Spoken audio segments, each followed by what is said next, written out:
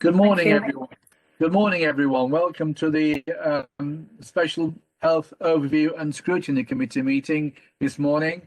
Can I first ask, can I welcome Mr. Marstrand? Mr. Marstrand, you'll be having 3 minutes in which to speak as part of public representations in the special dispensation. So first of all, do we have any apologies for absence? There are no formal apologies, Chairman. Can you see me here? Good morning, everyone. Welcome, Pam. We can see you. If you want to just turn your microphone on. Do we have any declarations of interest? Looks no. Just on a slight point of order, Chair. I don't quite make it 10:30, and I know some colleagues are still waiting to dial in, I think. Sorry, we must all have different times on our computers. We can wait another minute, but we are live. If everybody just bears with us, we are live at the moment. We have 60 seconds.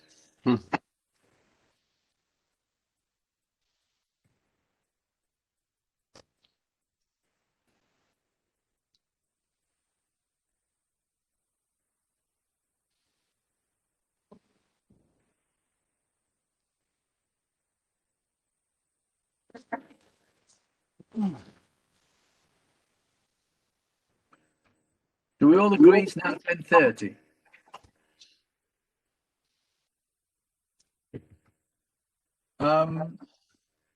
Item number 3 is public representation. Councillor Andrews. Sorry, Chair. I was a little late because I thought we were starting at 10:30. First of all, of course, apologies from Councillor Dillis-Neal, and I am substituting for her. Thank you. And secondly, as far as any interest is concerned, because this is such a wide-ranging, or likely to be such a wide-ranging discussion, I just point out that I'm a volunteer with the ambulance service as a community first responder. Thank you. Let's just wrap it up. Does anyone else have any declarations of interest? No? So we go on to number 3, special dispensation for Mr. Marstrand. Mr. Marstrand, 3 minutes you have got to make your presentation.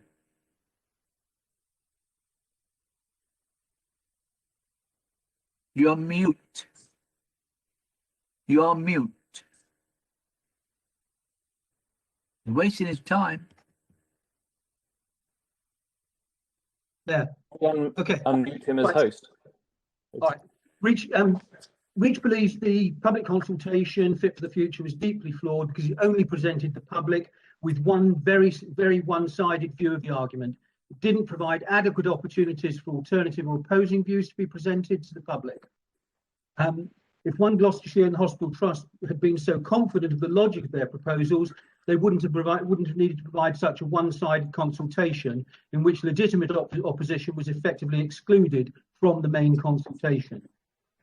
Although Reach did an excellent job of informing the public of some of the negative consequences of some of the proposed changes on an absolutely minimal budget compared to the huge spending of the public consultation by One Gloucestershire and the Hospital Trust.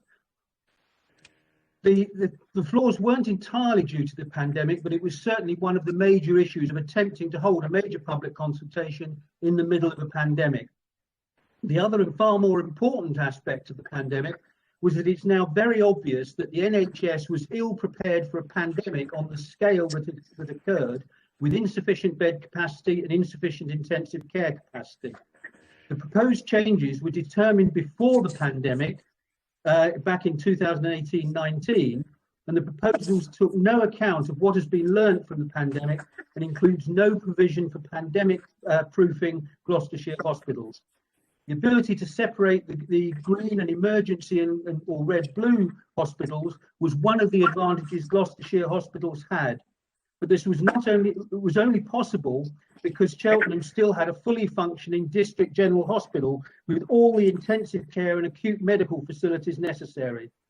and it has not been downgraded to a day case only elective hospital and still has its own major specialisms and inpatient capacity. For a public consultation to be considered satisfactory, the overwhelming majority of those who objectively assess the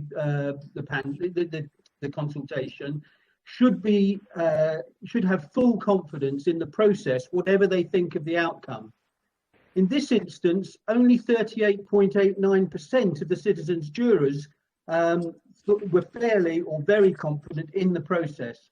Exactly the same proportion were not that confident or not at all confident, and 22.2% were neutral or undecided.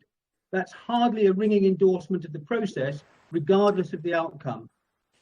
Furthermore, while 10 of the jurors were confident in the information provided, 1 was not at all confident and 5 were neutral or undecided. Again, it's not a ringing endorsement of the information provided, regardless of the outcomes. Thank you. Thank you. Thank you, Mr. Marsland. Have we made notes of Mr. Marsland's comments that we can follow up, Joe? Yes, we have. Yeah. Yes.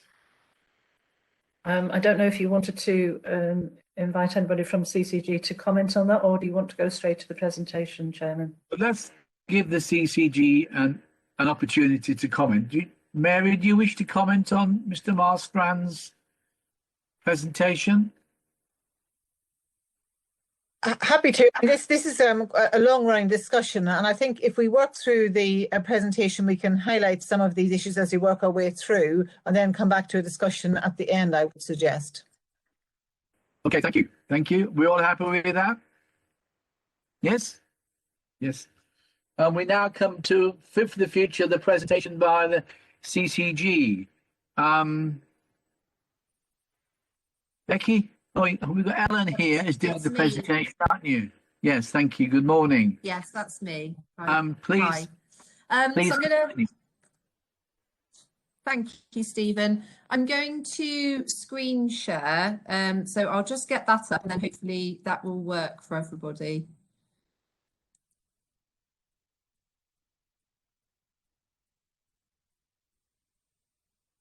Right, can everybody see my presentation? We can see that, Helen. Thank you. Lovely. Okay, so I'm just going to take you through some slides to just outline the process, the recommendations, and some of the issues coming through from the consultation. I suggest, if it's okay with members, that I go through all of those slides and take questions at the end. Is that okay with you, Chair?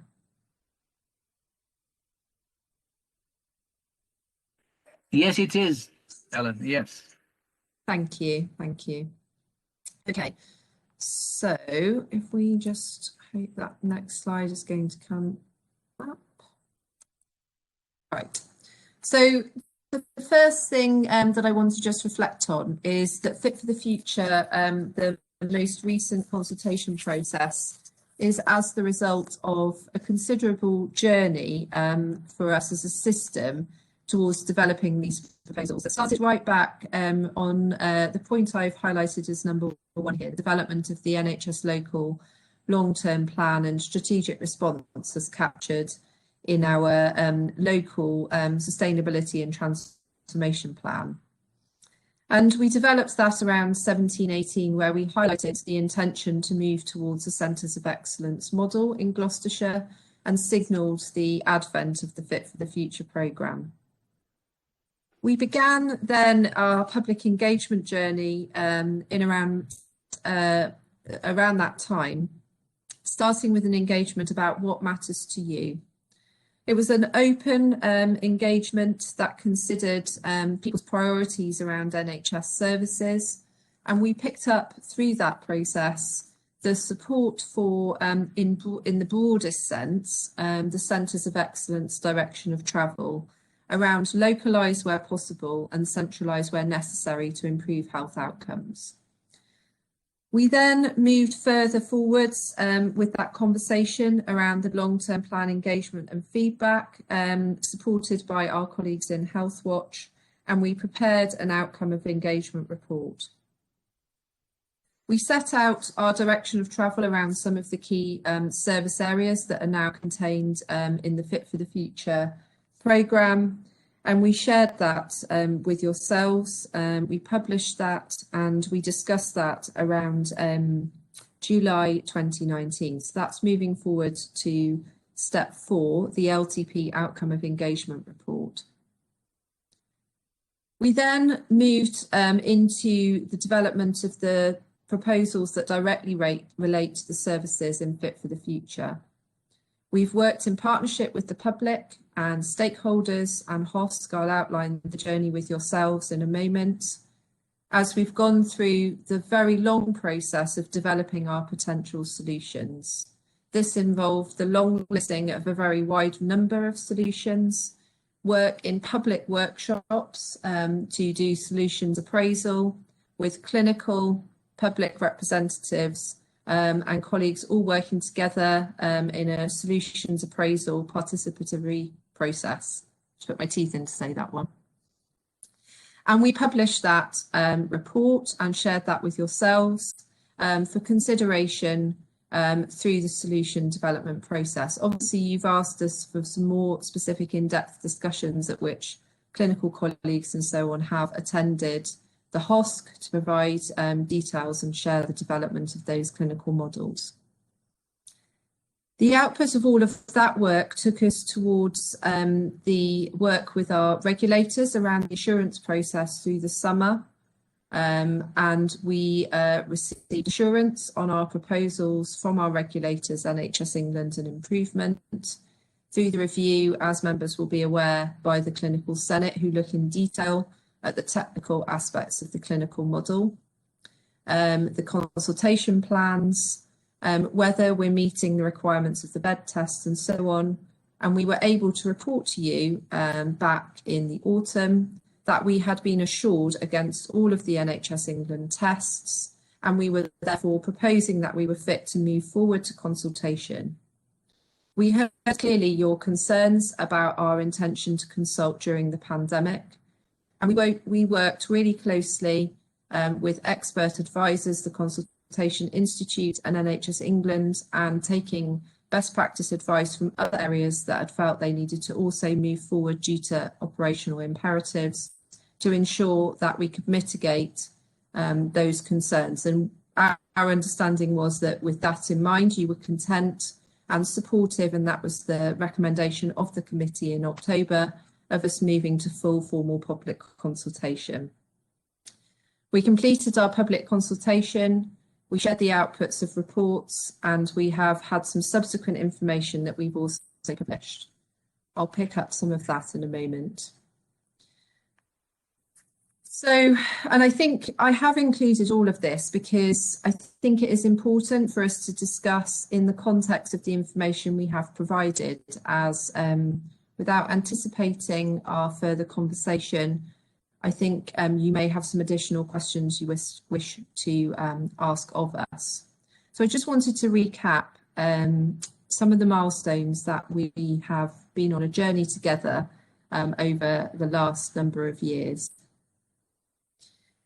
So this is taking back through some of the stages I've provided with a little bit more detail. So it goes right back to June 2017. I think that's probably contributed to some of the level of grey hairs I have at this point in time, thinking about the length of this process. But we go back to July 2017, as I've referenced, around that STP work. We started the One Place business case, as we called it then, with the proposals relating to Centres of Excellence in September 2017. In November, we shared with you the proposal to pilot trauma and orthopaedics, which is our sort of flagship first stage on the journey of Centres of Excellence. And in January 2018, we started the reporting to every HOSC through Mary's report to yourselves. We prepared a pilot update in March 2018, and we came back to you in September 2018 regarding gastroenterology, and November 2018 with a proposal to pilot general surgery. In January 2019, we had that response to the long-term plan and the proposal to pilot general surgery in February 2019, which at that point we did not proceed due to concerns expressed and the requirement to do further work, which we did then obviously complete further to securing engagement and support for that later on. We provided further updates on trauma and orthopaedic and gastroenterology pilots in May 2019, and we launched the engagement in July 2019. Obviously, engagement is intended to be quite open. It's a conversation with the public intended to shape proposals. It's not about setting out firm ideas for change at that time. And we talked about how we'd engaged members of the public in developing those ideas through the later part of 2019. We provided an update in November on the gastroenterology reconfiguration pilot, and as I say, a number of clinicians have attended the HOSC to support members' questions on the clinical detail around these proposals. We presented to you the full output of engagement and provided an update in March 2020 on the solutions shortlisting, which provided all the details of the solutions we were taking into the process. We obviously then paused due to the COVID pandemic and when we were in full crisis response mode. But we came back to you and discussed in July 2020 that we intended to restart that programme. The reasons I think have been quite well exercised, but relating to our concerns about the continuation of uncertainty for staff. As I've kind of recapped, some of these pilots have been in place now for a number of years, and we don't believe it is best practice to keep things in a pilot status and uncertain status for a long period of time.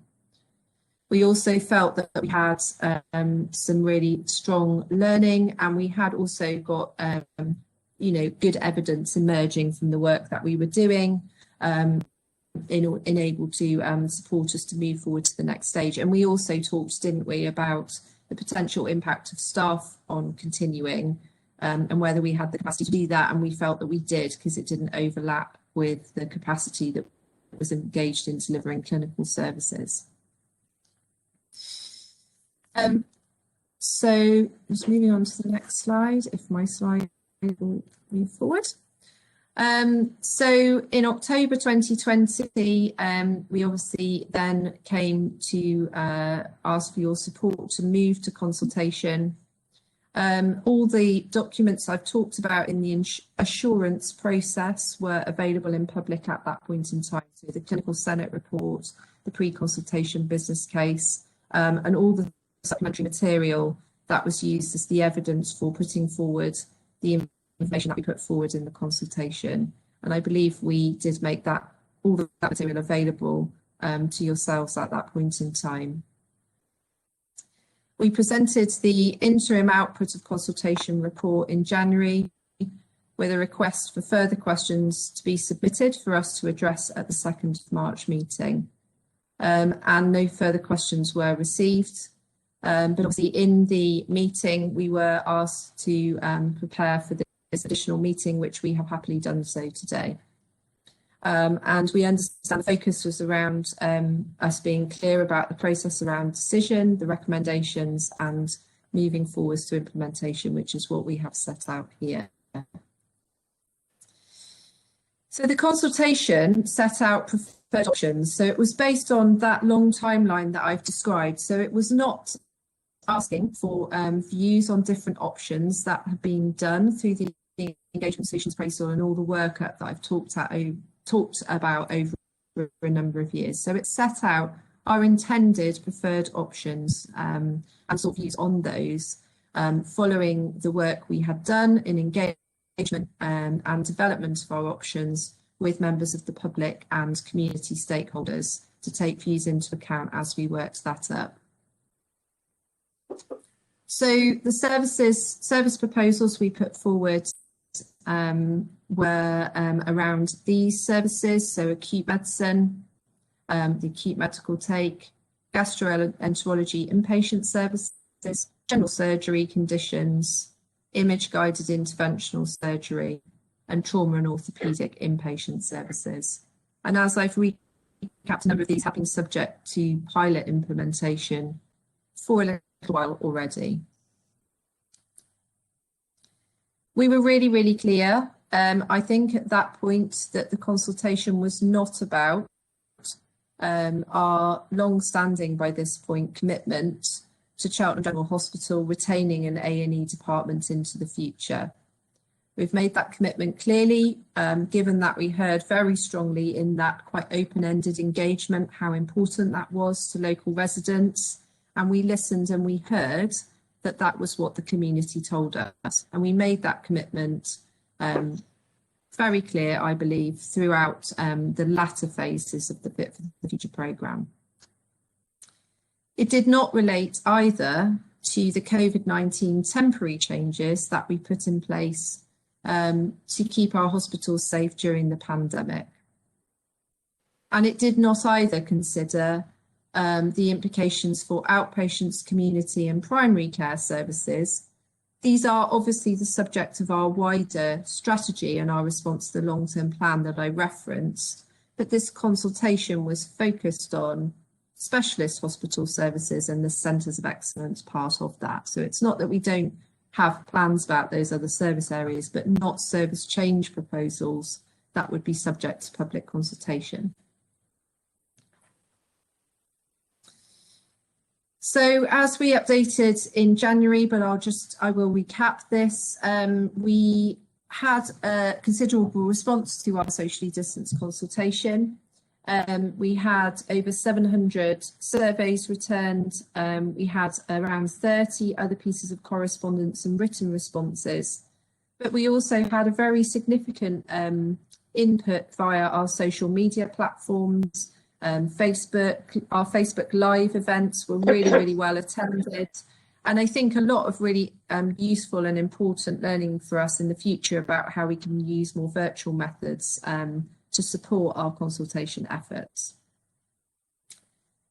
We grouped and themed the qualitative feedback, and we have applied it to all of our considerations about our future service model. This is analysed in depth in our decision-making proposal, our decision-making business case, which sets out how we have responded to each of the themes received in the qualitative feedback.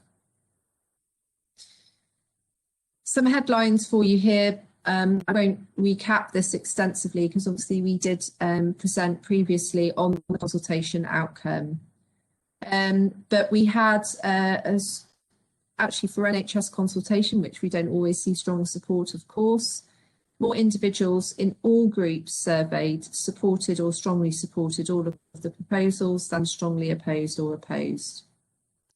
We did take this step of engaging a citizens' jury, and as has been correctly reflected, they were in equipoise regarding their views of the success of public consultation overall. But they were more confident than neutral that the information provided as part of the consultation enabled people to be adequately informed. This was just one test we subjected our consultation to.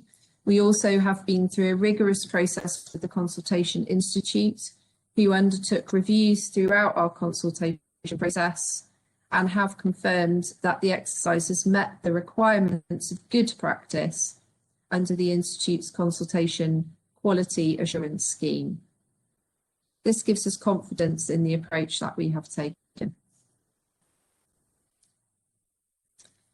This is just a recap again of the level of support we saw, and what is particularly notable actually for myself and Becky, who've been around many such processes in the past, is that actually we had an excellent response from staff and that the support from staff was strong. So this is not always the case, and I think reflects the considerable efforts made by our colleagues at Gloucestershire Hospitals Trust to engage their staff meaningfully in this conversation through the consultation period.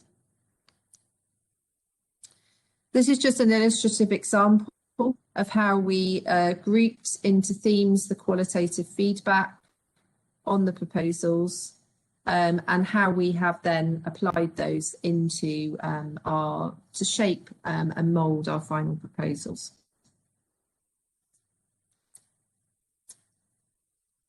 We also received the following views on some of the ways that, of course, you know, in every change there are upsides and downsides to that, and some ways that we could mitigate some of the potential downsides for our local residents. These would include improving patient communication, improving integration between hospital, community services and GP practices, reducing transfers between sites, building a new acute hospital on a single site. We've discussed that here. It's not something we can achieve in the time frame of Fit for the Future, but certainly perhaps a consideration over the sort of 30 to 50 time horizon. Retain services on both sites, improve public transport, speed up payment of eligibility for those who can receive travel claims, and encourage more staff to work in Gloucestershire. So each of these has been considered in depth in turn, and we've either taken on board things that we can do or explained where we're not able to meet the recommendation and feedback received. We also, one of our key stakeholders in the system, and you've heard from Julius already, also created a survey, and we have worked closely with them to hear the feedback from that survey. So respondents to the REACH survey generally did not support any proposals to centralise specialist services at Gloucester Royal Hospital. Some respondents were neutral, as they believe services should be available in both Cheltenham and Gloucester. For day case services, which actually the REACH survey did ask about, but actually was not part of our questioning. So it's not that we didn't have a similar response, it just wasn't part of our scope of our Fit for the Future programme. People said they wanted day case services in multiple sites across Gloucestershire.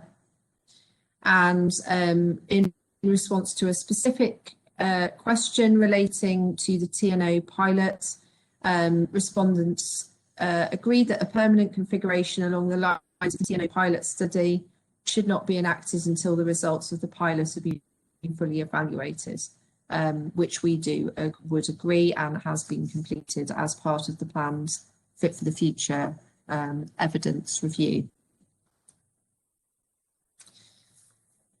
So in terms of following that completion of the process starting in 2017 and taking us to the end of consultation in December, the following things have also taken place. So we published the interim output of consultation report to enable people to have early sight of that and consider what the report said. We held that citizens jury in January as well. We had an updated refresh of the integrated impact assessment in January and February. So the integrated impact assessment was set out in our pre-consultation business case in public to enable people to use that, but we refreshed and updated it in response of the feedback received. And we also had put in our options that we took out. So alongside those preferred options, we had some choices, if you will, around the solution for general surgery that we'd asked for people's views on. So we completed the solutions appraisal for general surgery on the 4th of February, taking account of the information heard in the public consultation process and a range of other evidence. And I'll come back to that in a moment, where that one has landed, which we did obviously update you at the last meeting, but I'll provide a little bit more information on that. We made sure we wrote to all stakeholders, making additional information available for comment. So that included the refreshed integrated impact assessment, but it also included the detail of the trauma and orthopaedic pilot evaluation that had been further updated. We asked and made available for further comments to be received on that material in January and February. And we developed our decision-making case, which effectively draws together the information I've referred to all the way through. It doesn't present new information. It draws together the material developed through that process since October, the Senate report and so on, that have all been available through that period, and the preferred options. We published the final output of consultation report in February and March, and we moved to decision making on the 18th of March, which we have completed. We intend to implement, our intention is to begin in April and to take that forward over the next 2 to 3 years. As we have set out before, Fit for the Future is a strategic direction with a number of changes over a longer period of time. It is not intended to be implemented all in one sort of big bang. I'll just pick up a little bit on the citizens' jury, because I think this is of interest. It was certainly of interest to us. So this was quite, I think, a brave process for us to put ourselves through. So it was a fully lay panel, 18 local people recruited from a broad range of demographics with 11 witnesses. We asked them to look at the process of consultation, not the proposals themselves. They looked at the characteristics of good and bad consultation in the public sector, and they thought about the most important findings from the consultation that they would like the NHS to consider. So I think you've heard this, but just to recap, they were effectively in equipoise, as I said, as to whether they were confident that the consultation process, as I set out, enables the public to contribute meaningfully to decision making. And just to pick into some of that, they were interested in the response rates, whether people saw the house-to-house mail shot, how do people find out and connect with public consultation on issues such as this. But they were more confident than neutral that the information we provided would enable people to be adequately informed about the relatively complex proposed changes, thanks to the use of plain English and the information that we made accessible across multiple findings. They wanted us to know, and I think this is important also, of course, for your reflections and interest, that they thought that although potentially 713 completed surveys might seem a small number for the general public, it is approximately double the number that would be predicted by a sample size calculation applied to a population of this scale. They also wanted us to be aware and to be clear that respondents didn't necessarily reflect the demographics of the county. In other words, what they saw was a significant number of the surveys came from Cheltenham, and that other areas of the county were not so represented in terms of response. They also flagged that there are concerns that were heard from both staff and patients about bed numbers and the potential increase of patients to Gloucester Royal, which is already deemed and felt to be overstretched. We obviously can come back more to this point if needed, but we believe we have mitigations that address this. I referred to some of those last time, and indeed the purposes of modelling beds and doing estimations of that is so that you can put the appropriate mitigations and plans in place to meet the needs of the service change proposals you intend to make. In terms of our decision makers, they selected the areas they wanted the NHS governing bodies to know. So they were particularly interested in the Royal Mail shot. They wondered if that had been successful. We did post the mail shot to every single home in Gloucestershire, but they weren't sure to what extent residents had picked that up or whether they were consistently delivered. And they wondered if there were other ways and other different ways we could have marketed the process. I mean, we did obviously use other channels. It was on Facebook, social media, in the press and so on. But this is a lay panel and their perception was quite focused on the Royal Mail shot. They also agreed with the point made earlier that we could potentially included more with reference to our response to the pandemic. We did take a decision that wasn't what the Fit for the Future consultation was about, but we do hear that was obviously at the forefront of people's minds during this period. They also felt that the impact of the proposals should have considered more the impact and benefits for patient experience. And we have heard that, and we are, as we're putting forward our benefits realisation plan, which is what we intend to monitor as we go forward, we do believe, I should say very firmly, that the patient experiential benefits will be there, but we're putting more measures around that, and also ensuring we take forward a monitoring approach that will engage patients in the appraisal of whether those benefits are delivered and patient experience improvements are met.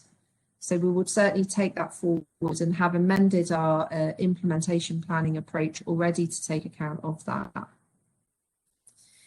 And obviously the response is much fuller.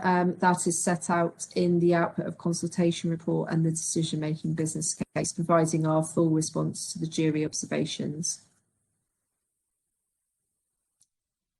So in terms of the enhanced integrated impact assessment, so that, as I say, did undergo some review following the process. So it's an independent assessment that supports decision-making and ensures we can meet our public sector equality duty and our duty to reduce inequalities. So we incorporated consultation feedback into the overall assessment of impact. I should just add, we commissioned an independent provider to do this on our behalf. This is actually an NHS trust in the east of England, who, due to their own expertise, have developed a kind of consultancy arm to complete impact assessments cost effectively on behalf of other NHS organisations in the country. So this was done independently by Mid Essex Hospitals Trust on our behalf. Their view on appraisal of our evidence and all of our feedback received in the consultation is that the consultation proposals are all significantly positive changes that outweigh the adverse impacts identified. So this is important. It does not say there are no adverse impacts for anybody at any time, but it does say that the balance is that it is significantly positive in terms of the benefits to residents, in terms of health outcomes, and increased delivery of services in county, for example, versus some of the negative impacts, which in some cases do include increased travel burden for our residents. It also includes some recommendations based on the evidence review and consultation feedback that we will take account of in our implementation planning. I said I would come back to the general surgery development, and this is where I'll just outline that. So as we reviewed the consultation feedback against the two options and took that information into our solutions appraisal workshop, we actually heard that there was a potential third way, which would enable us to deliver against one of the key messages heard in the consultation, which is to ensure that there was a greater retention of specialist planned care delivered at Cheltenham General Hospital. So our third way, our sort of third option, enables us to deliver against this and increase the retention of specialist care that we can deliver at Cheltenham General Hospital in the new model.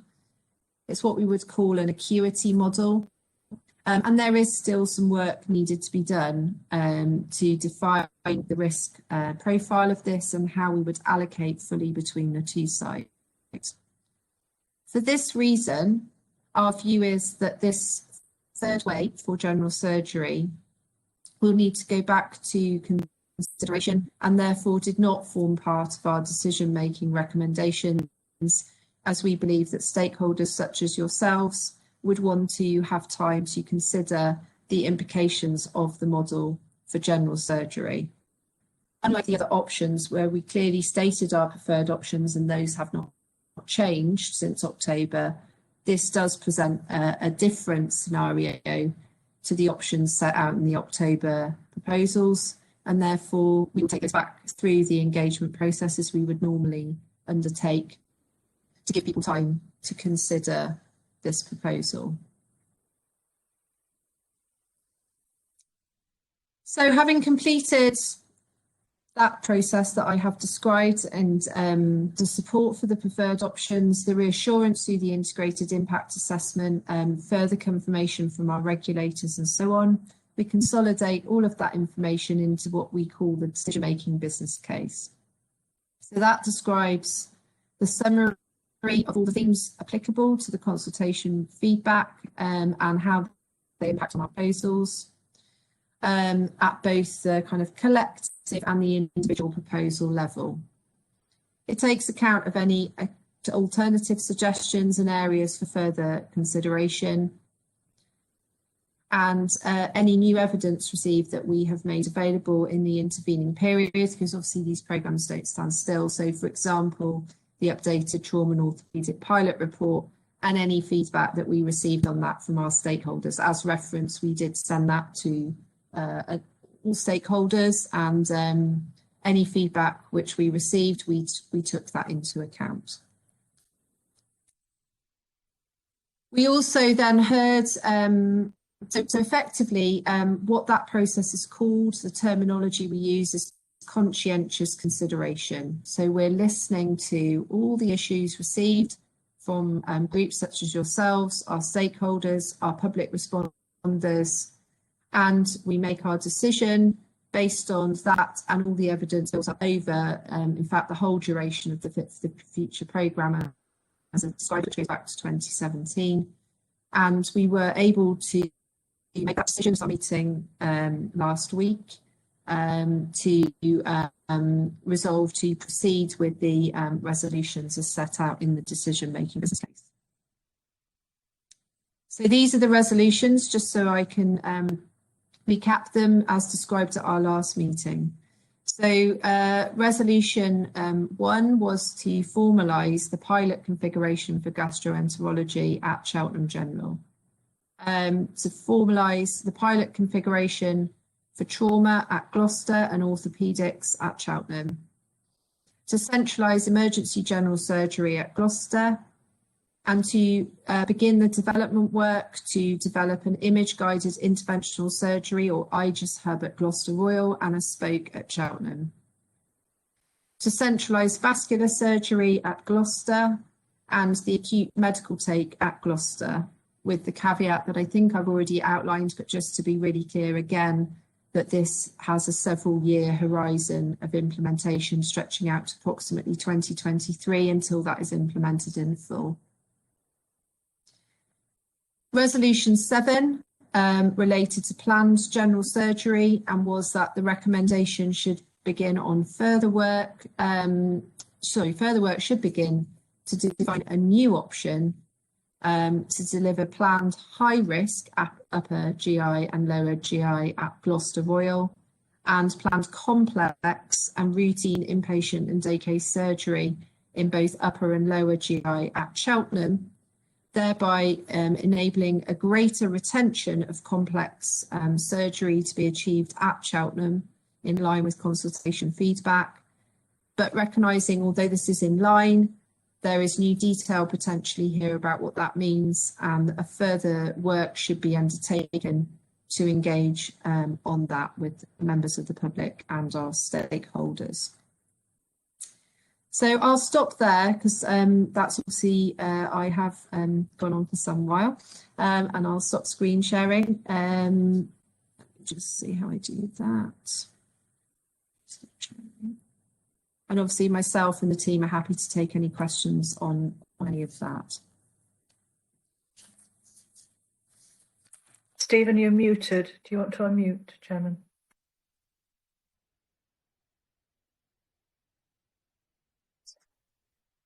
Thank you, Ellen. That was a very comprehensive and well professional presentation. Many thanks indeed.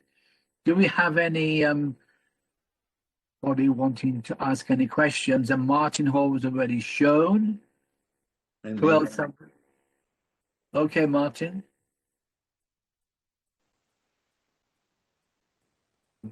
Is that famous last words? You're muted. Yes, thank you. I've got quite a lot of questions, so I think maybe I should just ask a couple first and let others have a crack at the whip. It's just on consultation. You used the very poetic term equipoise, but what the consultation actually said from the citizens' jury was that they were neither confident nor not confident that the consultation process enabled the public to contribute meaningfully to decision making. Now, I'm not sure what really, in statistical terms, what neither confident nor not confident really means. Can we actually have the numbers who were confident, neutral, or not confident?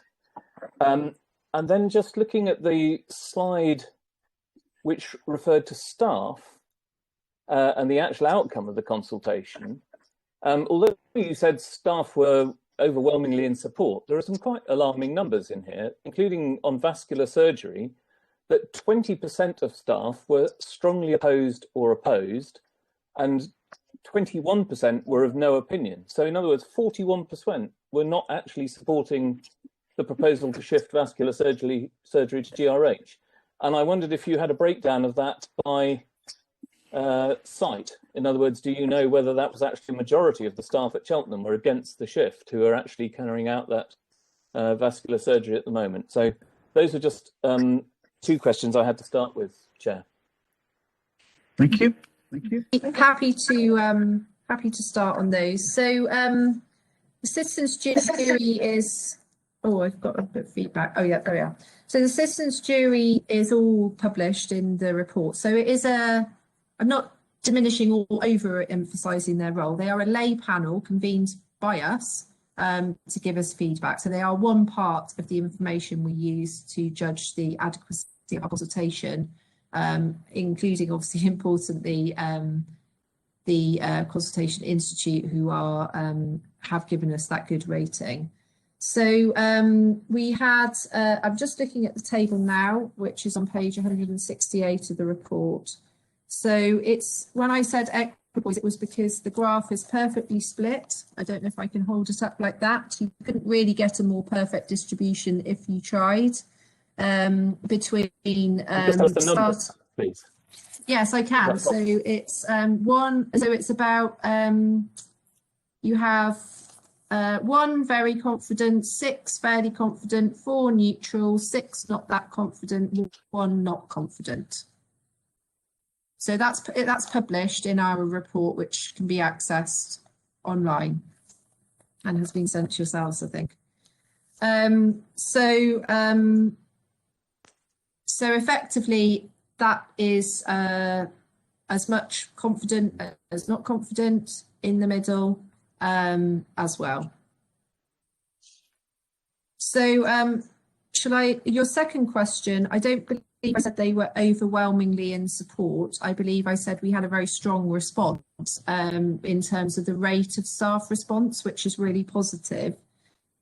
So we want to hear from our staff, and typically, I mean, public consultation in the NHS, and I've been involved in many, it is quite difficult to drum up responses either from the public or staff. Typically, of course, the more contentious they are, the more people respond, and the more people perceive they affect their local service, the more they respond. And I think that's why we should not be surprised to see that we had a greater propensity for people in Cheltenham to respond. So obviously there's been a lot circulating on social media around potential threats to A&E, obviously, although we'd said that was not the case. So people felt they had a strong reason. I think that we always see that pattern, and that we were not surprised to see that. We don't know what site people work at because we didn't ask them that question. I don't think that would have been an appropriate question to ask people, and also not least, people often work between the two sites. So like public respondents, we would know the postcode in which they live, But we didn't ask them about which base they work at, no.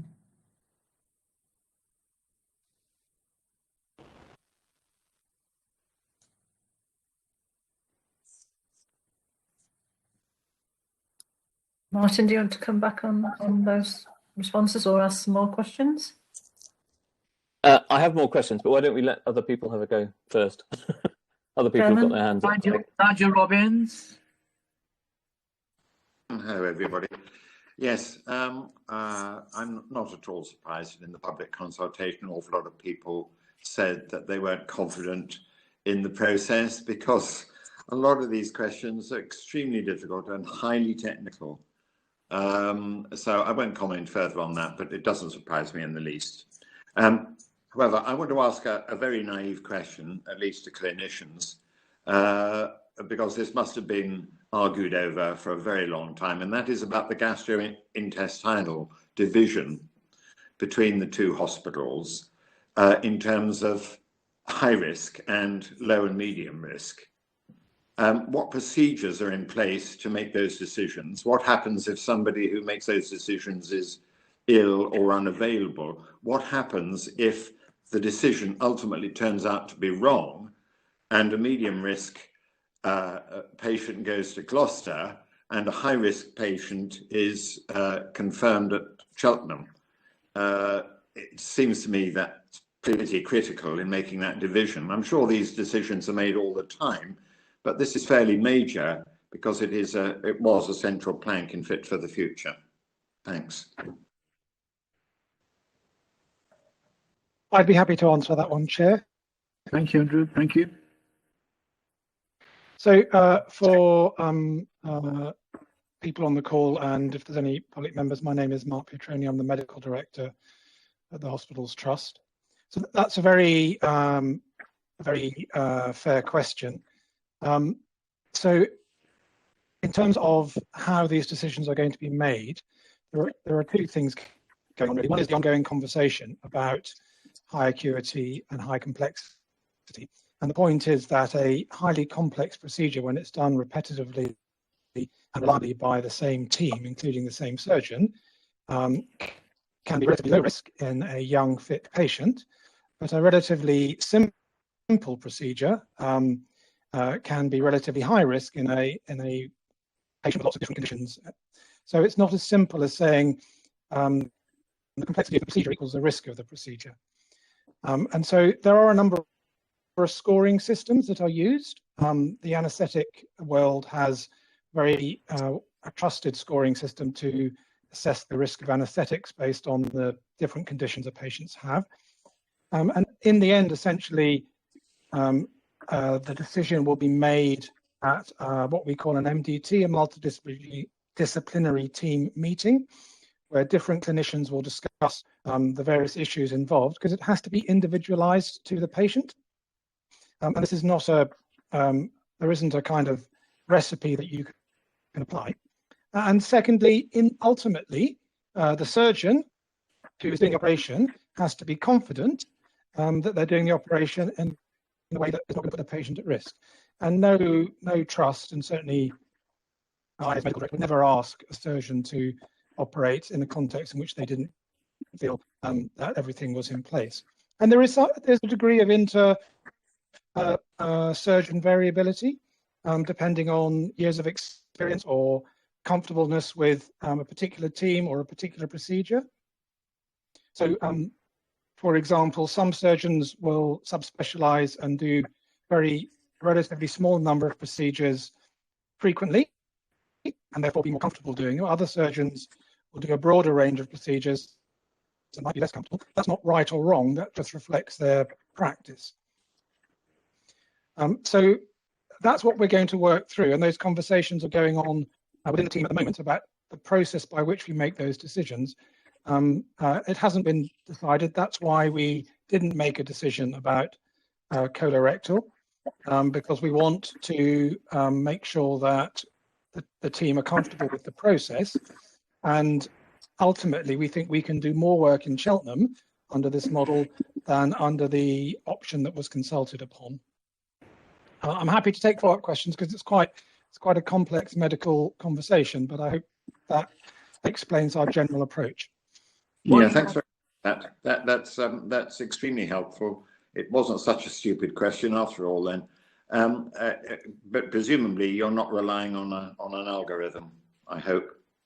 No, absolutely not. It has to be individualized to individual patients. The other part of your question was, what if a patient is done in the wrong site? Well, I'd say there is no wrong site, because whatever configuration of services that we end up with, the surgical teams have to ensure that they can respond to surgical emergencies on both sites, and that's part of the plan. And so you may argue that a particular patient might have been better done on one site than the other, but wherever the operation occurs, we will have processes and procedures in place to make sure that if something untoward happens, we can manage it. And the final piece I didn't say about the process was it will be driven by the data.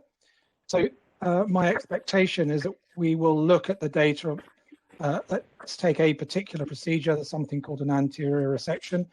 I think some of our surgeons would be comfortable to do them on one site and some would not. But if the data suggests they can be done safely on one site, then the challenge will be to all the team to do them in the site that provides the best patient experience. If the data suggests that's putting patients at risk, I've no doubt that the surgeons advocate for that would not continue with that, because they're highly professional individuals and no surgeon is going to want to put their patients at unnecessary risk.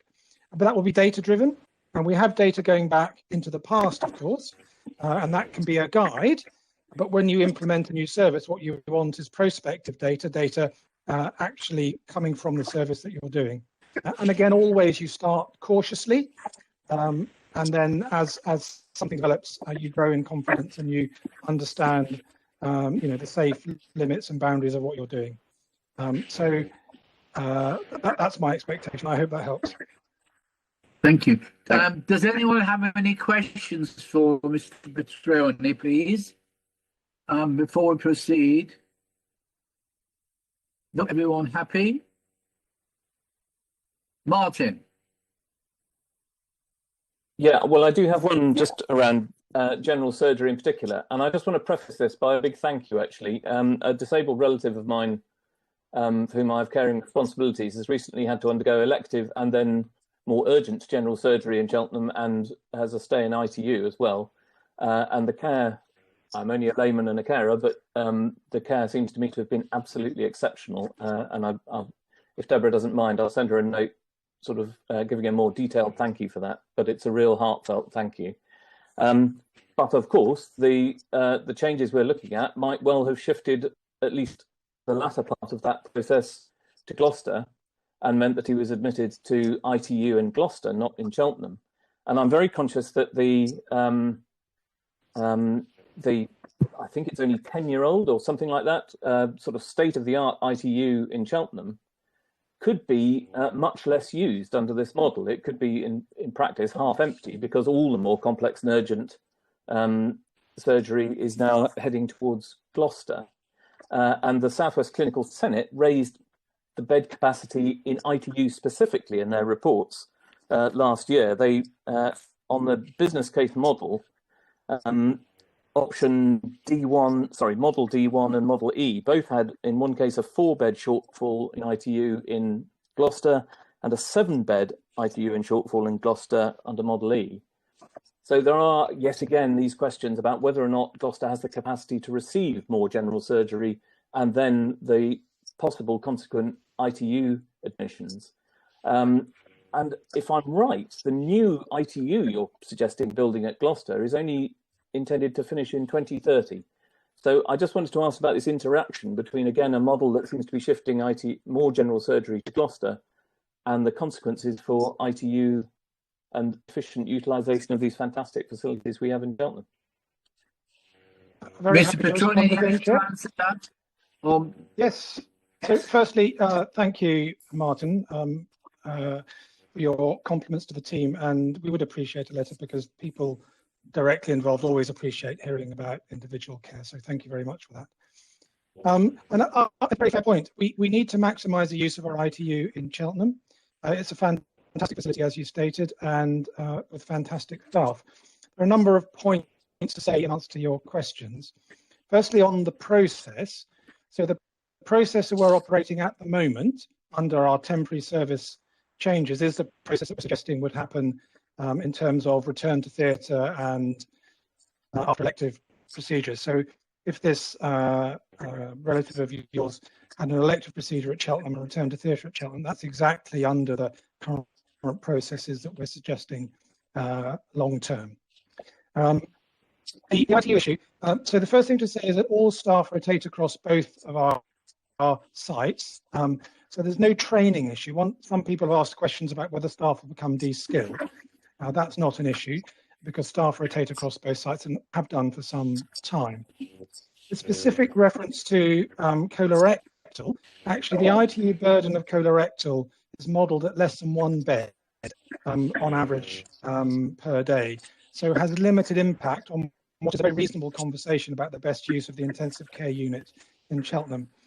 And finally, the point I would add is that one of the positive consequences of the COVID pandemic is a general recognition by the centre that the United Kingdom in general, and the South West in particular, is under-resourced when it comes to intensive care beds. And South West has the lowest number of beds per head of population, certainly than England.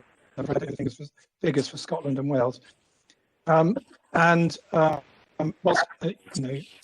nothing is ever guaranteed in this world, there are certainly very detailed conversations going on about investing in ITU capacity, which will increase our capacity in Gloucester and actually will mitigate a number of the concerns about ITU capacity in Gloucester. But specifically with relation to colorectal, ITU capacity is not a big deal because what they tend to use ITUs for is an overnight stay in what we call surgical high dependency units, and that we can very easily provide in Cheltenham. In terms of full intensive care, they're relatively low users, and that's a credit to the surgeons, just because essentially elective surgery goes goes well and smoothly and without complications. So that's not a major concern of mine. Thank you. Mr. Councillor Andrews, please. Thank you, Chair. I'll try and also stick to just a couple of points. From observations over the last several weeks, it would appear that things are improving at Gloucester Royal from the point of view of ambulance waits and that's the number of ambulances, if you like, that are stacking outside and the patients waiting on ambulances outside going down. But it would appear that we aren't entirely back to normal just yet. And I was intrigued by the comment that was made that the various pilots and the various changes that had been made temporarily, lessons would be learnt from those, and would like comment as to whether in fact things are sufficiently back to normal to establish whether lessons really have been learned.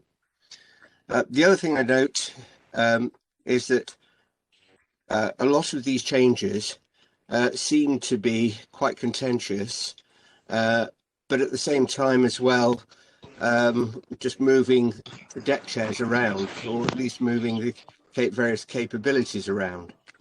And I wonder if we can set in context this study and its recommendations with the general view that exists that perhaps we ought to be heading for one hospital for one Gloucestershire, suitably located, that means that it's more readily accessible for the whole of Gloucestershire.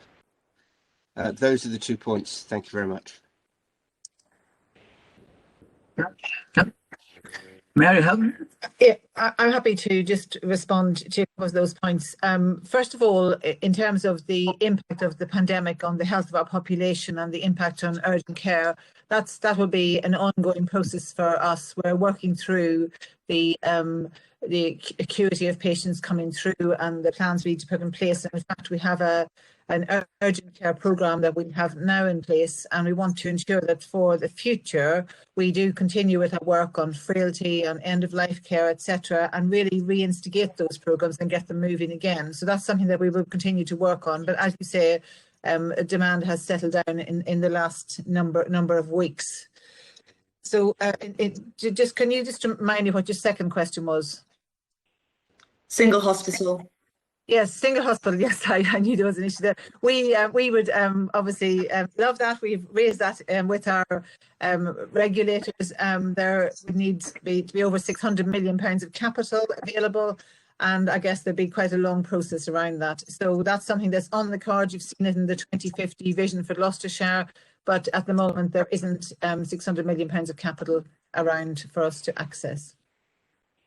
Can I just add to that point, Mary? Because Councillor seems, even if the resources were to be announced tomorrow and we were successful in securing them, we're at least a decade away from a new hospital. And I think what we don't want is to fall behind, in that decade. And these services, as the title says, are about securing our future, both short and medium term as well as long term. So I personally don't think it would change the discussion that we're having this morning. Thank you. Councillor Gravels, please. Thank you, Chair. So I just want to make a couple of comments. First of all, I want to thank Ellen for her extremely comprehensive and easy to follow detailed presentation, and also for the fact that it was totally jargon-free. I found that so refreshing, and I think all of the work that's been done, looking at my notes since June 2017, when we were first consulted as a committee, shows that all of the health trusts in Gloucestershire take this committee very seriously and treat us with nothing but utmost respect. And so far as I can see, there's been no attempt at all whatsoever anywhere to withhold any information.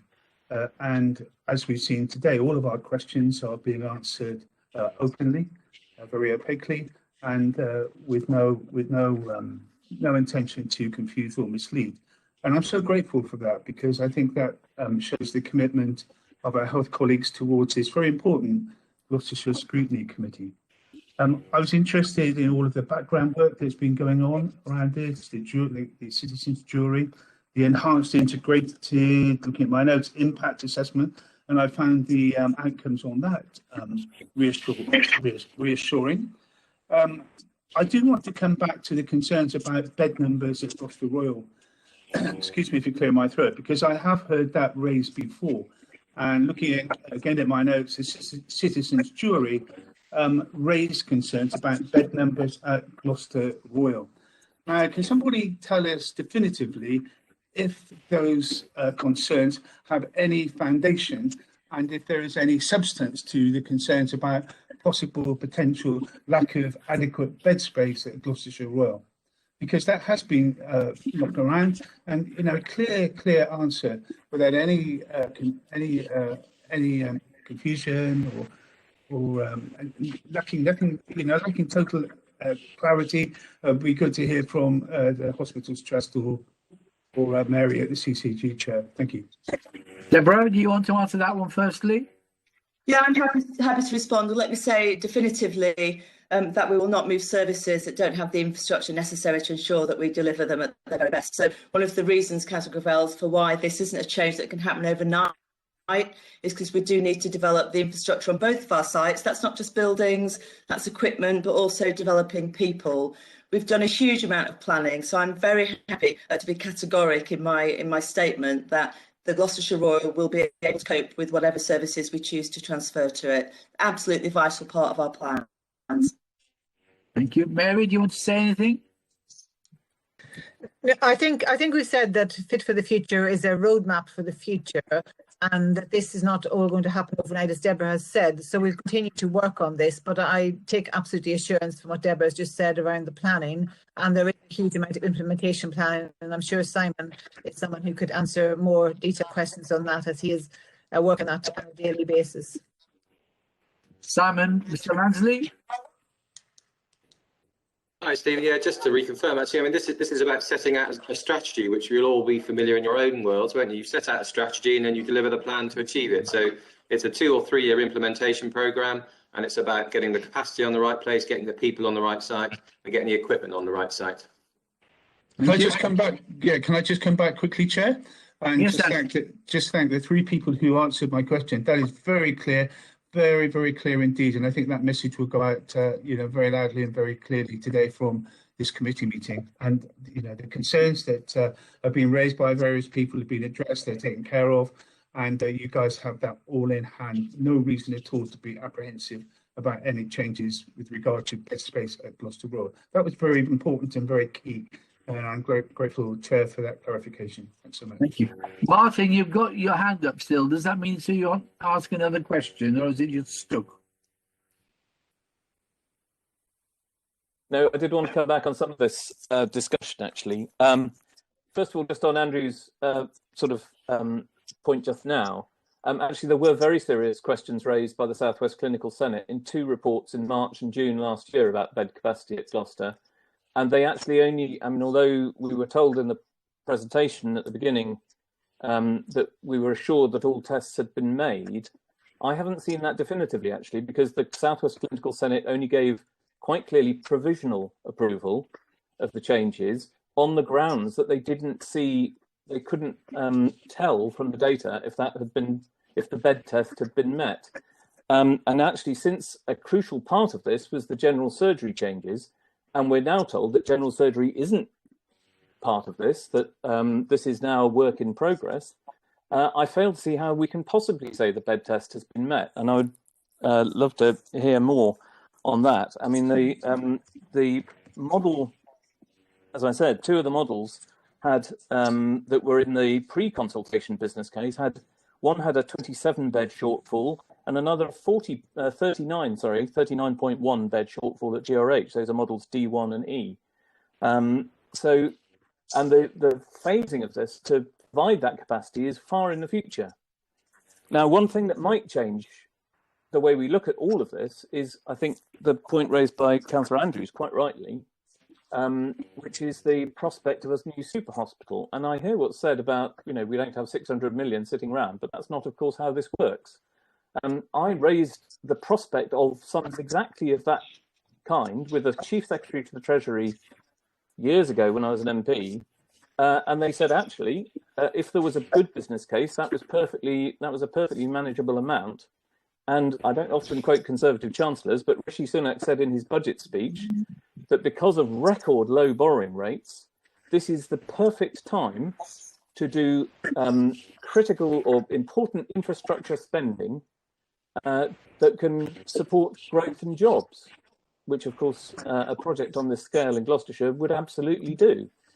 So actually, this is the perfect time to be approaching Treasury and talking about the realistic prospect of investing in a super hospital sooner rather than later. And obviously, that will be a very long and complex project, but it would put a completely different tone on what we're discussing and the long-term plan. Thank you, Martin. Steve Lydon got his smile on his face. Chair, I feel that that's a really important point to respond to and not just leave hanging. It's partly to reiterate what has already been said, but Councillor Horwood, to reassure, there is something called the Hospital Improvement Programme.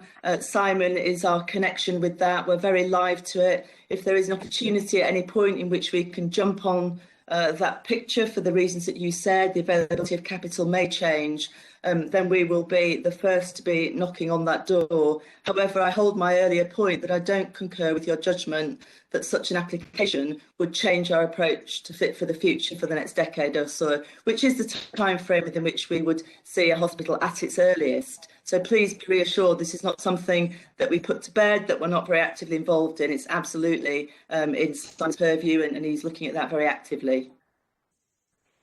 Thank you. And Chair, could I respond to Martin's first point as well, which I also think is important, and I wouldn't want to be uncertain.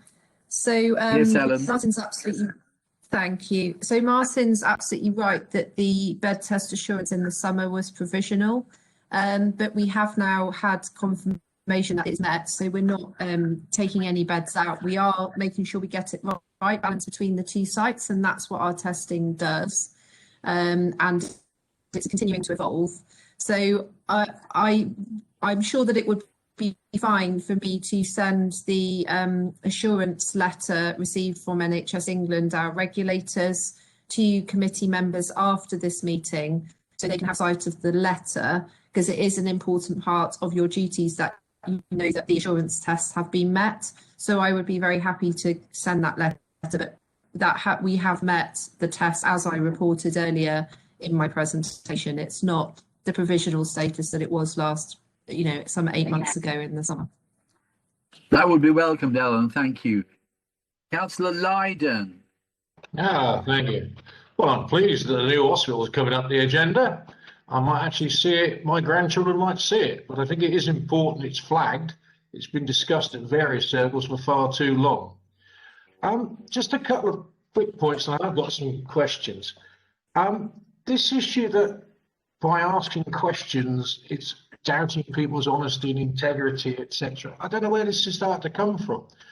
As a scrutiny committee and elected members, we're perfectly entitled to ask the questions, and nobody doubts the integrity of colleagues from any organisation or any dishonesty in any of this. But I think it is important we actually have the opportunity to ask questions. So none of us have ever cast any issues about, just because we challenge on occasion doesn't mean to say we don't accept the importance of the issues. So that's one thing I wanted to put on the record. The other thing I wanted to put on the record was that we have consistently said on the whole consultation process, nobody's questioned how thorough it was. And I only wish that some other local bodies did as much as you do and actually had the cash and time and integrity to be able to do as much as you've done. However, the base premise, I repeat, was most of this took place during the largest pandemic since 1918. And therefore, many, many people, formally and informally, will have been very distracted, be able to answer some of the key questions you wanted to. And I don't think that's not me stirring, that's just a fact. The thing I would want to come on to, though, in terms of specific questions, some of you might know I've got a recurring heart problem. I do take an interest in cardiology in particular. And I suppose it's a base question, really. And I haven't, no doubt you will say it's a second tier issue, but will there be room for all the cardiologists to be able to be based at Gloucester Royal, which seems to be the second tier issue that comes out of this? Will there be room for all the beds to be put at Gloucester Royal? And I think that to me is the ASSI question, because we are talking about pulling services over from Cheltenham to Gloucester. Are we actually certain there's going to be room? And are we certain there will be the space for the people to actually function properly? Will the medical secretaries be able to sit close to the people they're reporting to, or will they be off-site? Now, I know this is a bit of detail, but I think these are the sort of things I think people like us need assurances on. And my very last question is, where are you now as the NHS bodies, either CCG, you've approved all this. So I think we need to hear from you. We've debated, discussed all sorts of processy issues about what we can do and what the county can do and what they can't do, etc. But I presume now you've approved it, there's no reason to say that you can't carry on despite or whatever we say. So I'd appreciate some clarity on that. So I'd like some answers on the cardiology stuff, if not today, but sometime in the future, please. Thank you, Chair. Mary, do you want to? Let's answer that question. Let's answer the cardiology question today, because it's absolutely wrapped up in my very definitive response to Councillor Gravel's, Councillor Lydon, is that services will only be transferred at the point that the infrastructure is in place to ensure that they remain safe and of high quality. So my general comments about the adequacy of the bed base, be it critical care or ward beds, applies to cardiology. Thank you. Thanks.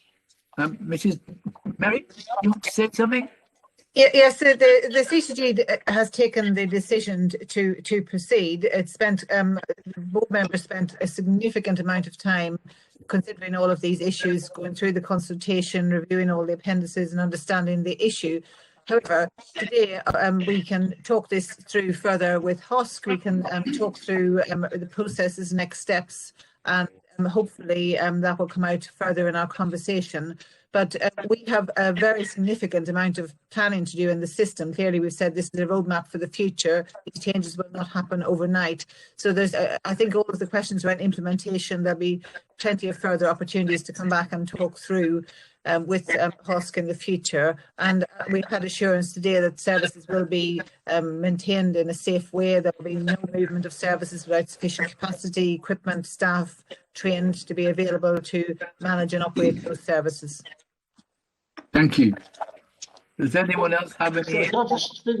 Sorry, it may be me. I don't admit I'm the quickest bloke in the world, but so what are you asked? So you've approved this as a principle, and it's still subject to other things being actually undertaken to allow something to happen. Is that what you're saying? And then you'll come back to this group and other bodies to consult on that?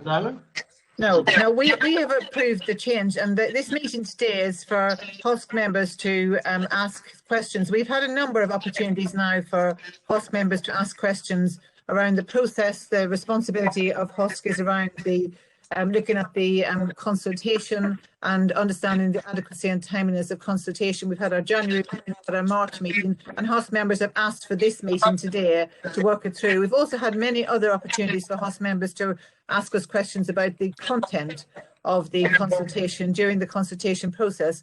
We have really tried to ensure that we give as many opportunities as possible for people to input into this process. So I'll leave it to you, Chair. I'm not denying any of that, but I'm just trying to be clear on what you've actually agreed last week and what we're questioning here today. Because when we ask detailed questions, we're told that will come out sometime in the future, and we've got guarantees that it will be done in a full, proper way following clinical guidelines. So I just want some clarity, Chair, but it may be just me. I'll leave it. Can I suggest that Joe explains the responsibilities of HOSC here, because I think that would be helpful at this point. Well, all I'm doing is asking some questions about what if all this goes through, and when does it go through? That's as simple as that. But for clarification, the board made the resolutions at the meeting on the 18th of March, last Thursday, on the business case that you've been presented with and were informed about at the January meeting and at the March meeting. So those resolutions have been made. The committee today wanted to seek clarification. No decision or no viewpoint by the committee could be made really until the consultation had closed, until that decision made. Your role today is to look at whether you are satisfied with the consultation process, if you feel that it's been fair and thorough, and what you want to do going forward. I think my understanding is that input from HOSC is going to be crucial to the way the service changes are developed and processed in the future. So the committee really could today consider, as the last meeting of this committee, of how you see the new committee, the new council, the new HOSC going forward, how you would like to see the decisions that have been made go forward and your involvement. I think that is going to be crucial today. You can really set some sort of good, sound recommendations, proposals for the new committee on what you feel would be important and how they scrutinise the decisions that have been made. Chairman, I don't know if you want to come in on that one. That really is the main purpose of the meeting, isn't it? To get clarification in the existing committee's minds in order to prepare a working list of questions for the next HOSC committee, which will happen in the new council. It really is for the committee to put forward what they feel the decisions have been made, how you want to take them forward, how you see the process continuing. I think this is really, I don't know, Mary, if you agree, it's a start, it's a beginning, but the involvement of HOSC is critical to the process going forward. Sorry, Mary. Well, absolutely. When you listen to the amount of involvement we've had from HOSC to date, we will need to work through the next stages in detail and share them with HOSC as we work our way through this. So, in my mind, our next question is: where do we go from here? What questions do we prepare for the next HOSC committee following the council? Andrew. So, thank you, Chair. If I could just come back on my earlier question about bed capacity at Gloucester Royal. The Chief Exec explained very clearly why that wasn't an issue and why that was being addressed. I just wonder if, through you, Chair, if the Chief Exec could tell us if she's aware of any NHS organisations or allied organisations which still do have remaining concerns about bed capacity at Gloucester. I'm sorry to labour the point, but it's a very important one which keeps cropping up. And I think if there is any doubt about bed capacity at Gloucester, it needs to be resolved this morning. This is what Scrutiny is all about, and I'd be grateful, Chair, for that clarification or that reinforcement of a previous answer from Deborah on the issue of bed closures in Gloucester Royal, and whether or not any organisations, NHS or otherwise, allied, have any remaining concerns. And also quickly, while I've got the ability to go on speaking, I noticed that during Ellen's presentation, she was telling us that looking at my notes, in January 2021, not that long ago, there was a request to members to submit any questions on all of this to the HOSC 2nd of March meeting, but none were received. None were received from this committee. And yet we still say consultation and the answers to our questions has been inadequate. I just don't really get it sometimes. But the question on Gloucester beds would be so helpful.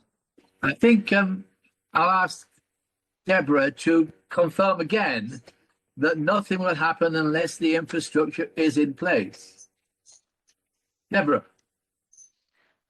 I've stated it twice. I'm happy to reaffirm it a third time, but I don't think this is the conversation that we're having now, is it, Councillor Andrews? The clarity I think the committee needs now is what are its powers this morning and what options are open to it. I'm clear about that. I don't think it's my place to lead the committee to that, but I think that's where we now need to conclude the meeting. It's been clear on that point, and the HOSC taking a view as to whether they want to set out a framework for the new committee in May to act upon. Yes, quite right. So, where do we go from here? It is to find out any outstanding issues which we want the new committee to address. Firstly, Councillor Gravels has raised a hand, I'm told. No, you're spot on, and that's exactly what we should be doing. And so far, I haven't heard any suggestions as to what the new committee should be looking at with regard to this scheme. I mean, if there are any, let's hear them. Let's know what they are, please. Have you still got your hand, Martin, or is this another question? No, I do still have my hand up, but the others were before me, I think. Councillor Andrews, Councillor Hodgkinson. So we've got, yes, Councillor Hodgkinson, please. Yeah, no, thank you. I am getting very confused now by this discussion. I wasn't confused, but now I am. And I think I just need to understand certain concerns have been raised today. What happens with those? Because if we are being told that things are just going ahead anyway, then what happens with those concerns? How are they addressed between now and the next time that the next committee meets? Because when the next committee meets, there'll be a completely different probably setup in terms of who those people are. Some people are leaving councils. Some people may not be elected again. Some people may move on to other committees. So there will be quite a different committee probably meeting in May or whenever the first date is. So given that that's a couple of months away, I need that clarity, please, on the process and exactly how the concerns raised today will be dealt with before anything else happens, please. Okay, thank you. Did someone say Councillor Andrews? Yes. Thank you, Chair. Right, we seem to have been going round a number of issues since I put my hand up, and I'll try to make it relevant to where we are now. I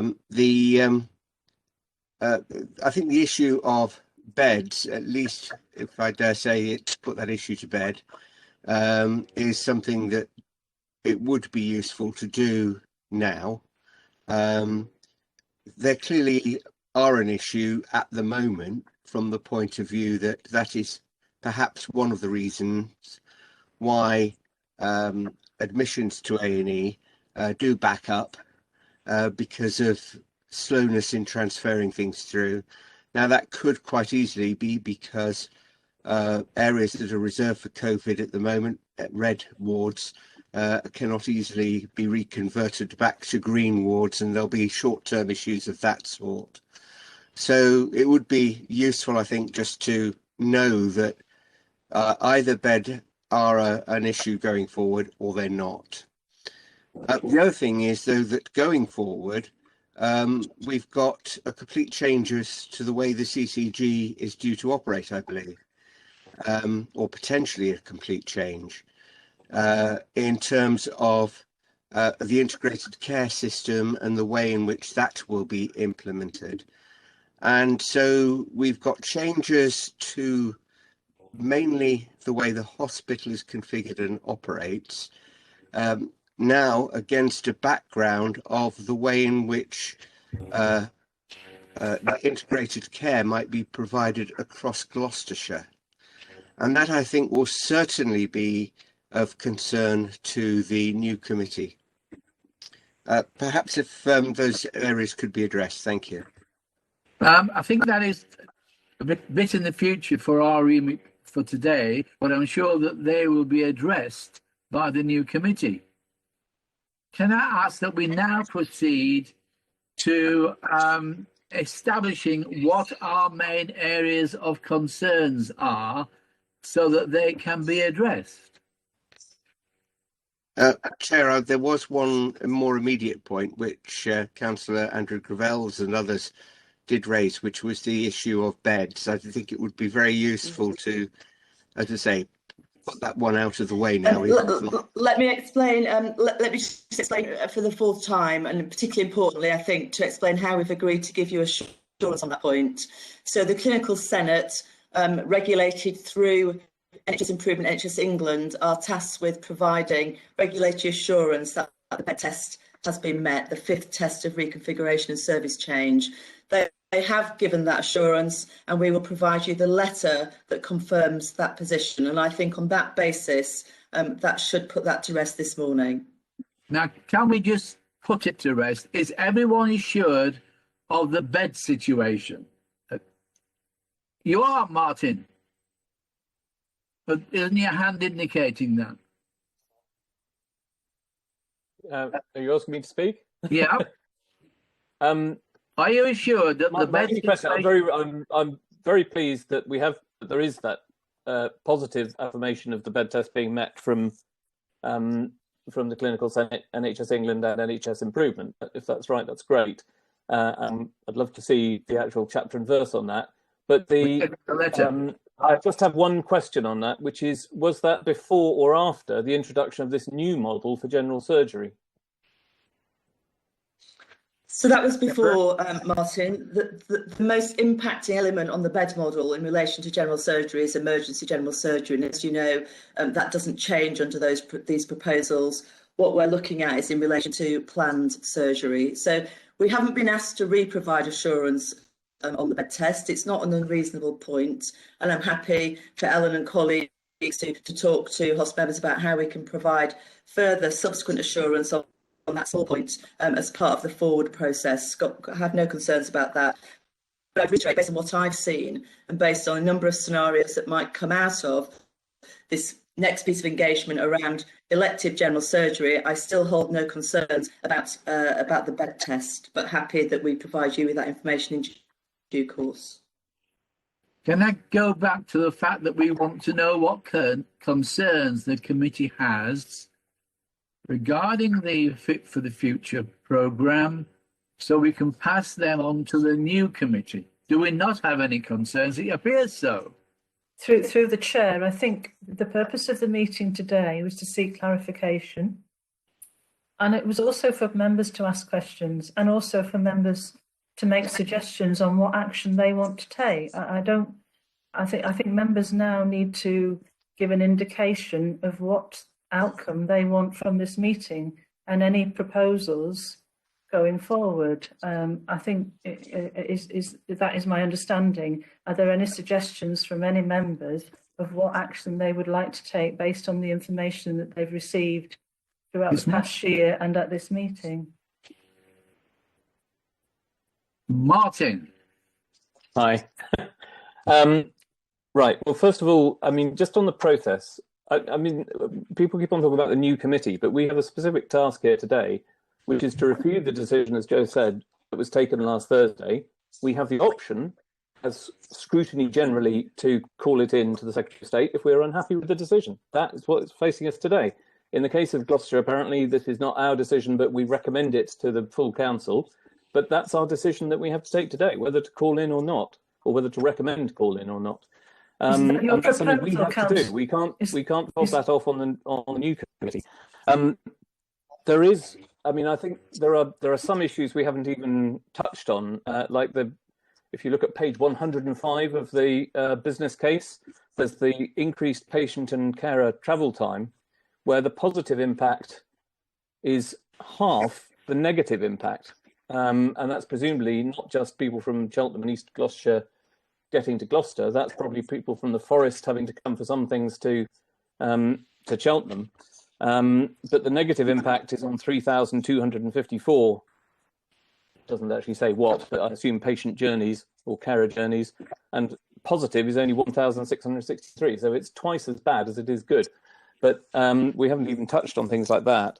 There are, I think, the most important issue of all, for me personally, is the one actually raised by Councillor Andrews earlier on, which is the fact that this whole proposal has been put together before the pandemic hit, that there are huge lessons to be learnt in terms of whether this is a safe reconfiguration from the pandemic, particularly the shifting of things like high acuity general surgery and vascular surgery to what will be the red site at Gloucester, when all the guidance from the COVID surge group, who published in the Lancet, from the GIFT, getting it right first time appraisals and things like that, all recommend that you should have a green site which has as much as possible elective and complex surgery taking place on that site.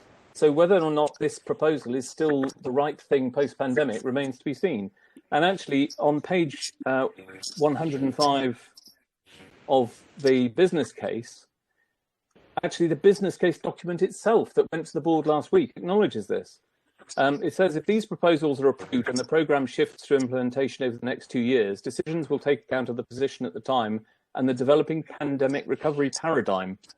At the time of writing, the third wave and lockdown continues, and it is not practicable to reliably estimate the medium-term impact on planned and unplanned activity, only that it is likely to be different from the projections made prior to the pandemic. Yet all of this is based on projections made prior to the pandemic.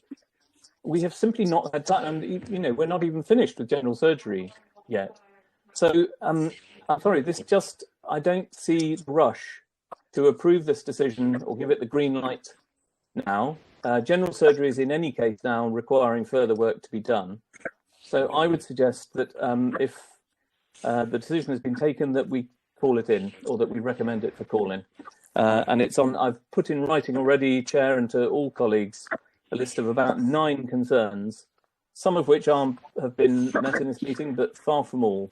And I think the one about taking this preemptively during a pandemic, before we've learnt the lessons of pandemic resilience, and all the implications that might have for things like the shift of vascular surgery and general surgery to Gloucester, those justify us recommending this for call-in today, and I'd like to move that we do that.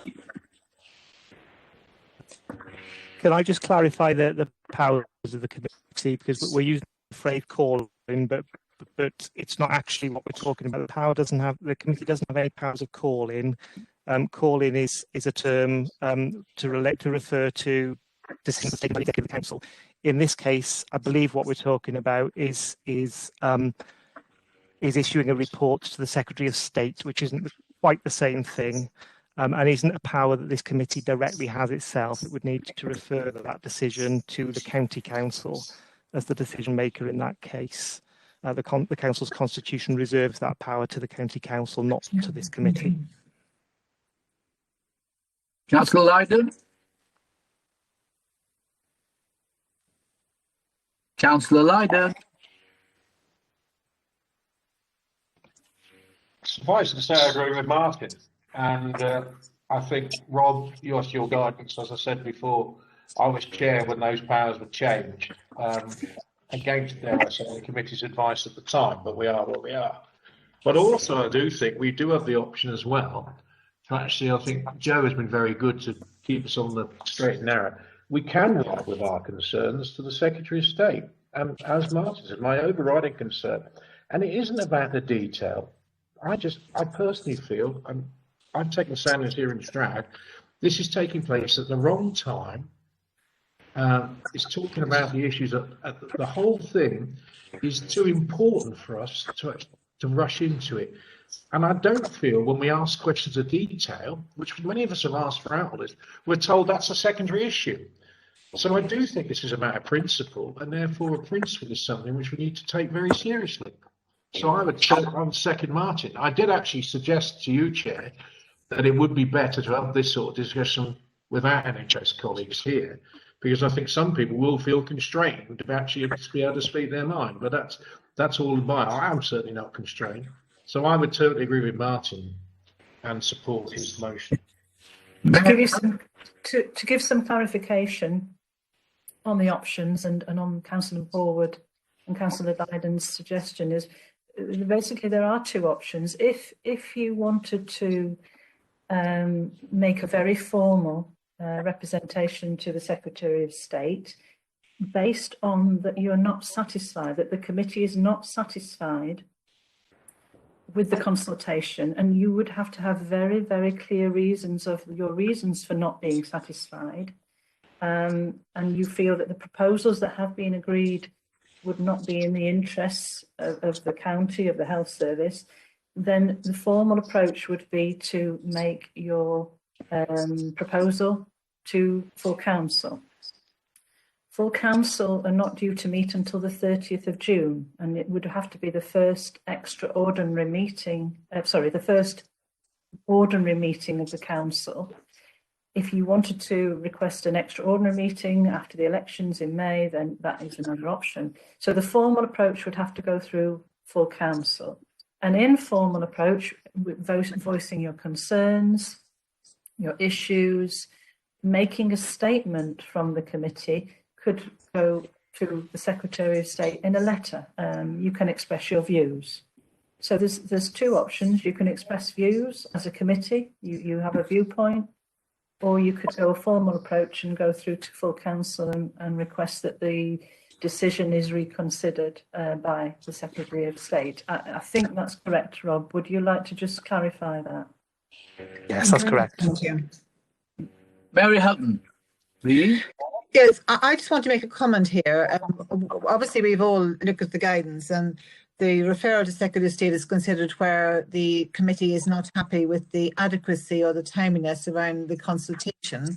But it does stipulate clearly that the referral has to include steps taken locally to reach agreement in relation to those proposals. So I think we have worked very hard at this, we feel, and it would be a consideration to us to give us some time to understand exactly which are the concerns that you're raising, and give us an opportunity to work through those concerns. And I think that would be something that we would ask today. That's quite correct, yes. And you have to, if you do refer to the Secretary of State, you do have to give evidence that you've worked together to resolve any issues, any concerns. explanation of the reasons where you feel that the proposals have not been addressed. But you really do, at the first instance, you do have to address your concerns and work through your concerns together as a scrutiny body and as the organisational body. So what we say, I think, is that there is a proposition to call the decision in, but we have first to work through what efforts have been made by both parties to resolve the concerns. Have I got that correct? I think what the committee needs to do now is to decide what they want to do, really. I think, you know, the concerns are raised.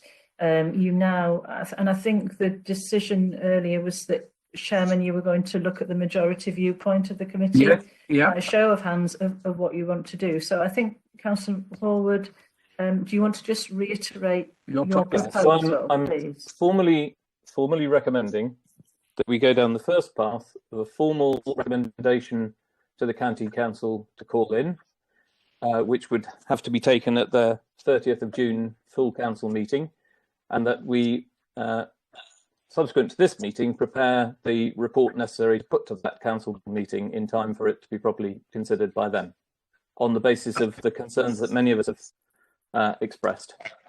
Thank you. And I'll put in writing. Those thank you. In favour of that, please raise your hands. And we'll attempt to count them. Should we do a roll call vote, maybe? Can I request that? Would you like me to ask each person by name their that might be a good idea in view of the number of people here. Okay, bear with me 1 second. Just make sure I've got everybody's name there. Councillor. Sorry, Chairman. I've had my hand out for ages. Sorry. I've been trying to get in. Sorry, I didn't see you there, Andrew. My apologies.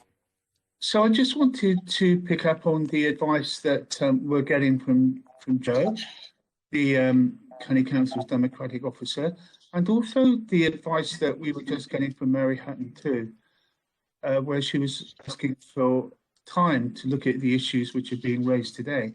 And when I spoke previously, I did refer to the request that went out to members of HOSC before the last meeting on the 2nd of March, for members to submit their questions. And what happened? There were no questions received. So even if at this late hour, I'm not opposed to the calling. I'm not opposed to another meeting. But I think. Let me finish, Stephen. No, let me finish. Can I finish, Chairman? Can I finish? I'll call the meeting off. So what I was going to suggest was that we get Martin either to go through his outstanding issues and concerns this morning. It's a properly called meeting and we have all of the right people here to address them, or we list them and ask the Health Trust to give the answers before the next meeting of HOSC. I think that is the way to proceed it, and I would be really happy if we could all support that this morning or this afternoon and go down that road, Chair. I think that is much better and much more sensible than doing it the alternative way, although I'm not opposed to it.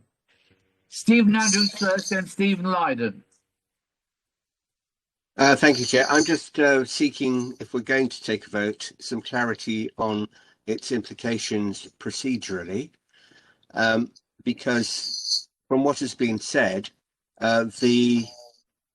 any proposal that's taken to the next full council meeting will presumably have to be taken by the next HOSC committee, not this one, if you see what I mean. So they will have to understand what it is that they are proposing and arguing for in full council. So there is a step there that we seem to have missed at the moment. I don't think we've missed, Councillor Andrews. It's that members are not willing to state those. Well, if we're not willing to have such a meeting of the new council, of the new HOSC before the council meeting, then I think it would be difficult practically to propose such a thing to full council. Okay, thank you. Councillor Lydon. Oh, thank you, Chair. I think we're confusing ourselves here. I mean, I'm trying to help you as Chair, that you took Martin, you asked for a motion, Martin gave it. We then let Councillor Gravel's put in something completely different without even you having a seconder. And I am totally confused on the process here.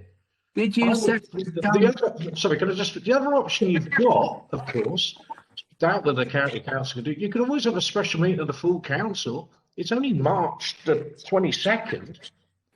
You know, why couldn't you have, on Zoom, you could have another meeting of the full council before the May election. That's an option which we haven't considered. And in terms of this, I think it's a red herring completely about why haven't people written before the last meeting. Many of us have constantly raised the refrain we're mentioning here. It isn't about detail.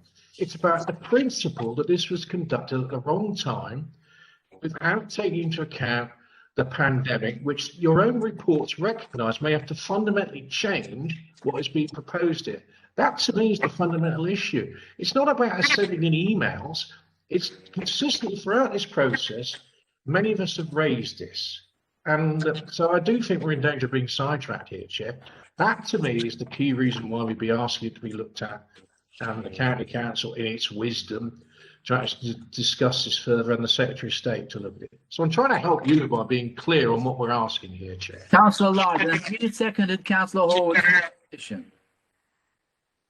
You have, thank you. So shall we vote on that? Joe? We will take a committee view on Councillor Horwood's proposal. If this doesn't succeed, if the committee are not willing to take this route, then we can look at other options, including Councillor Gravel's options. So I'll just go through now on Councillor Horwood's proposal that we take the formal route to refer the request of the committee that a referral to the Secretary of State is put to the council meeting on the 30th of June. Am I correct, Councillor Horwood, in that route? Okay, right. Yes. I'll just call names, and if you could say yes or no, and whether you agree with Councillor Horwood and support the proposal, yes or no. Councillor Horwood? Yes. Councillor Lydon? Yes. Councillor Andrew? No.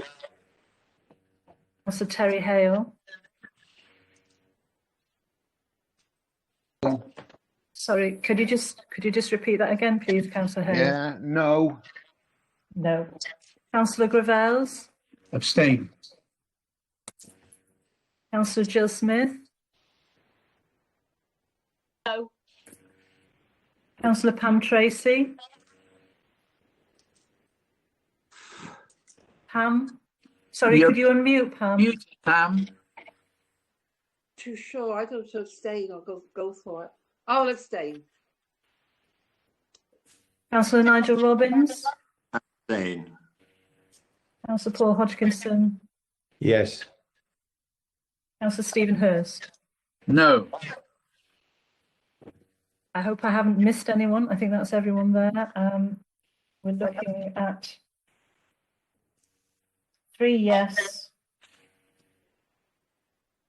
4 no, and 3 abstains. That's correct.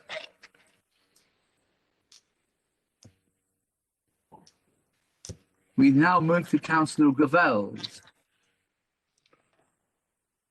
Okay, so I'm happy to suggest, Chair, what I tried to suggest earlier, and I think that's the by far the best way forward now.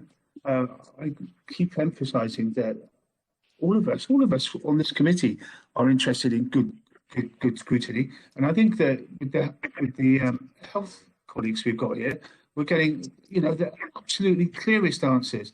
And I think to be fair to them and to treat them with the same respect that they treat us, is beholden upon us to now provide them with a list of still outstanding issues so that we can look at them the next time COSC meets. I think that they're entitled to that, and I think they deserve that, and I think that's what we should do this afternoon.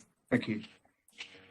So your proposition is that that we list the outstanding concerns that we have about this project, and that we ask them to go away and look at them and report as early as they can to the next HOSC committee, which I would ask the County Council to convene as soon as they can when the new council is formed. Thank you. So that's the proposition. We're all clear. Yeah. Councillor Hales?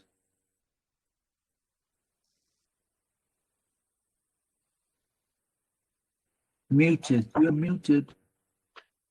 Sorry, I've got complete confidence in what I've heard this morning. It ain't nobody have actually said that you know, or trying to pull the wool over our eyes. I've worked with HOSC and with the NHS for 8 years, and nothing has been said today that nothing will change until the infrastructure is in place for it to change successfully. And I think that's what we should be doing. I've got complete confidence in what I've heard this morning, that it will change and it will be successful. Thank you very much, Chair. So we'll now vote on Councillor Gravel's proposition that we list our concerns, give them to the CCG, who will go away and come back with answers. Joe, do you want to take that vote? I'll run through the names again on the suggestion that the concerns raised today are addressed by the new committee post the election. Councillor Horwood. Yes. 4. Councillor Lydon. Yeah, 4. Councillor Andrew.